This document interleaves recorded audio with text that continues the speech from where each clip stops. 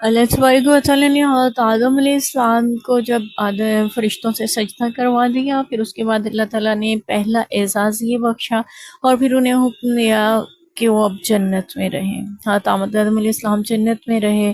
وہاں پہ جنت کے نظارے دیکھتے تھے، چلتے پھرتے تھے، وہاں ہر چیز کا اپنی آنکھوں سے اس کا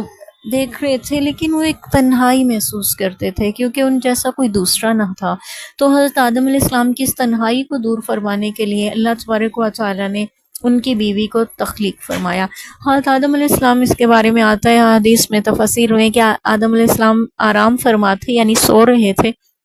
تو اللہ تعالیٰ نے ان کی پسلی کے ٹیڑھے حصے کو لیا اور اس سے ان کی بیوی اما حوا علیہ السلام کو پیدا فرمایا، جو کہ تمام آدم کی اولاد کی ماں ہیں۔ حضرت حوا علیہ السلام کو تخلیق فرمایا تو یہ جب حضرت آدم علیہ السلام کی آنکھ کھلی تو انہوں نے دیکھا کہ ان کے پہلو میں خاتون ہے، تو یہ ان کو جو کہ پہلے سے نہیں جانتے تھے، ایک دم سے دیکھ کے ڈر گئے اور ان کے منہ سے نکلا حوا، تو جسے ہم ڈر کے کہتے ہیں ہائے یا کچھ ایسا، تو ان کے منہ سے ہوا کے الفاظ آتا ہے، تو اللہ نے فرمایا اس کا نام یہی ہو گیا۔ تو یہ جب حضرت آدم علیہ السلام کو تخلیق فرمایا گیا تو ان میں جب روح پھونکی گئی، ان روح پھونکنے کے بعد جب وہ بیدار ہوئے، یعنی انہیں نظر آنا شروع ہوا، ان کی روح نے دیکھنا، حرکت کرنا شروع کی، تو انہیں چھینک آئی، تو اس پہ حضرت آدم علیہ السلام کی زبان اقدس سے نکلا الحمدللہ۔ تو پھر اللہ تعالیٰ فرشتوں نے جواب دیا یرحمک اللہ، اور پھر جواب میں حضرت آدم علیہ السلام نے کہا کہ یہدیکم اللہ یصلح بالکم کے الفاظ۔ تو یہ بھی وہ کہا جاتے ہیں انہیں کی سنت ہے، جبکہ ہمیں ہمارے نبی صلی اللہ علیہ وسلم نے یہ الفاظ سکھائے ہیں، کسی کو چھینک آئے تو تم یہ کہو گے۔ پھر اسی طرح حضرت آدم علیہ السلام کو اللہ نے فرشتوں کے پاس جا کر سلام کرنے کا کہا، اور پھر یہ بھی ساتھ میں ارشاد فرمایا کہ جو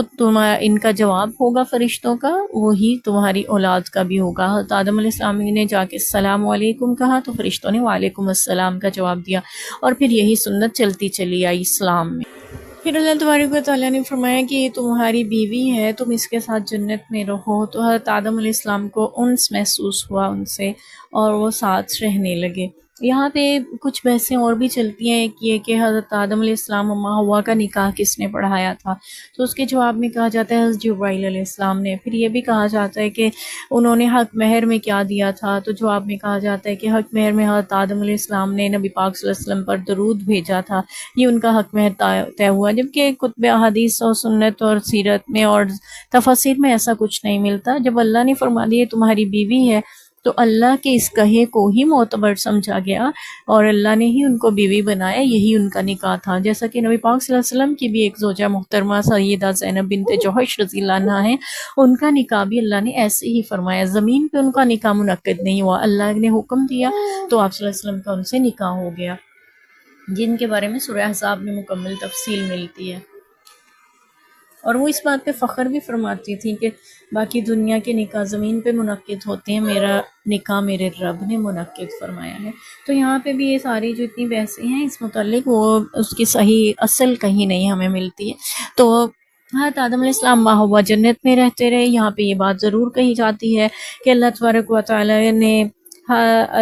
نبی پاک صلی اللہ علیہ وسلم نے فرمایا ہے کہ عورت ٹیڑھی پسلی سے پیدا کی گئی ہے اور اس میں کچھ ٹیڑھا پن ہوتا ہے، تو تمہیں چاہیے کہ تم اس کے ٹیڑھے پن سے فائدہ اٹھاؤ، کیونکہ اگر تم اس کو سیدھا کرنے کی کوشش کرو گے تو توڑ دو گے۔ اور اکثر ہم ایسا دیکھتے ہیں کہ جو مرد یہ بڑے دھڑلے سے کہہ رہے ہوتے ہیں کہ اس نے اپنی بیوی کو سیدھا کر دیا، دراصل وہ اندر سے ٹوٹ چکی ہوتی ہے، وہ سیدھی نہیں ہوئی ہوتی ہے، اس کے ارمان کا خون ہو چکا ہوتا ہے، اس کی بہت سے ایسی باتیں ہوتی ہیں جو یعنی وہ واقعی ٹوٹ چکی ہوتی ہیں، تو نبی پاک کا فرمان بالکل درست ہوتا ہوا محسوس ہوتا ہے۔ تو دوسرا یہ ہے کہ ٹیڑھے پن سے فائدہ اٹھانے سے کیا مراد ہے کہ اس کی سوچ سمجھ اور اس کے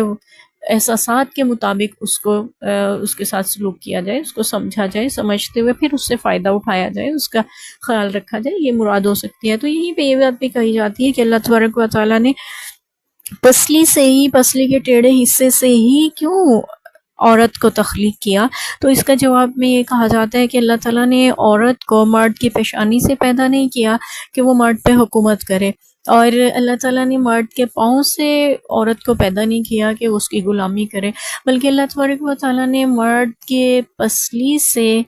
عورت کو تخلیق کیا تاکہ وہ اس کے دل کے قریب رہے اور اس کی حفاظت کرے، اسی لیے نکاح کو نصف ایمان قرار دیا گیا ہے، کیونکہ اس سے انسان کا آدھا ایمان مکمل ہو جاتا ہے۔ اللہ ہمیں اس نکاح کی اور اس سارے قصے کی فضیلت و اہمیت اور یہ بھی کہا سمجھنے کی توفیق دے۔ اور یہ بھی کہا جاتا ہے کہ حضرت آدم علیہ السلام اور اماں حوا علیہ السلام کے ہاں یعنی دنیا میں آنے کے بعد جو اولاد پیدا ہوتی تھی، ایک دو بچے یعنی ایک لڑکی لڑکا صبح پیدا ہوتے تھے، ایک لڑکی لڑکا شام پیدا ہوتے تھے، ایسا نہیں ہے، یہ بھی ہمارے یہاں غلط بات پھیلائی گئی ہے۔ ایسا تھا کہ پہلے حمل میں لڑکی لڑکا پیدا ہوتے تھے، پھر اس کے بعد دوسری بار جب حمل ٹھہرتا تھا اس میں لڑکی اور لڑکا پیدا ہوتے تھے۔ تو پہلی بار میں پیدا ہونے والے بچوں کی شادی دوسری بار میں پیدا ہونے والوں سے کر دی جاتی تھی، کیونکہ اس وقت تو تمام تو یہاں سے شریعت میں یعنی ان کی شریعت میں بہن بھائی سے نکاح جائز تھا، تو لیکن فرق یہ رکھا کہ اس وقت سب بہن بھائی تھے، تو فرق یہ رکھا کہ پہلے حمل میں پیدا ہونے والے حمل کا دورانیہ یہی تھا، اور جو کہ یہاں تک چلتا آ رہا ہے۔ اور پھر اس میں یعنی جو آج کل ہے خواتین کا 8واں ماہ حمل جو ہوتا ہے یہی تھا، یہ نہیں تھا کہ ایک صبح پیدا ہو رہا ہے ایک شام پیدا ہو رہا ہے، ایسا نہیں ہوتا تھا۔ تو یہ یعنی حضرت آدم علیہ السلام اور اماں حوا علیہ السلام ہے، اور ان کی تخلیق کس طرح سے ہوئی ہے اس پہ ہم نے بات کی ہے۔ اب ہم انشاءاللہ شیطان کیسے تخلیق ہوا تھا اور اس کا کیا تھا اس کا تعارف پڑھیں گے۔